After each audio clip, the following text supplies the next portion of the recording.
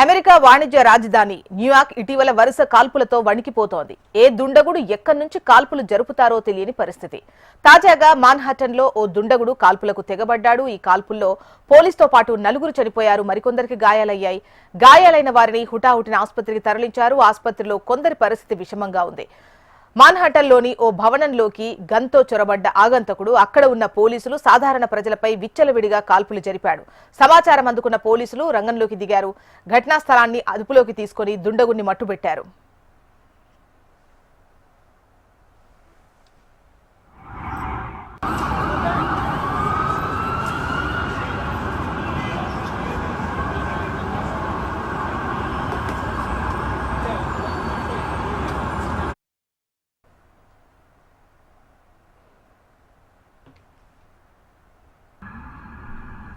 America వాణిజ్య రాజధాని New York ఇటీవల వరుస కాల్పులతో వణికిపోతోంది. ఏ దుండగుడు ఎక్కడి నుంచొచ్చి కాల్పులు జరుపుతారో తెలియని పరిస్థితి. తాజాగా మాన్హాటన్లో ఓ దుండగుడు కాల్పులకు తెగబడ్డాడు. ఈ కాల్పుల్లో ఓ పోలీసుతో పాటు నలుగురు చనిపోయారు, మరికొందరికి గాయాలయ్యాయి. గాయాలైన వారిని హుటాహుటిన ఆసుపత్రికి తరలించారు.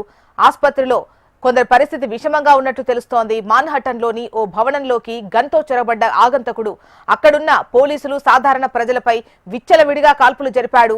సమాచారం తెలుసుకున్న పోలీసులు రంగంలోకి దిగి ఘటనా స్థలాన్ని అదుపులోకి తీసుకుని దుండగుని మట్టుబెట్టారు.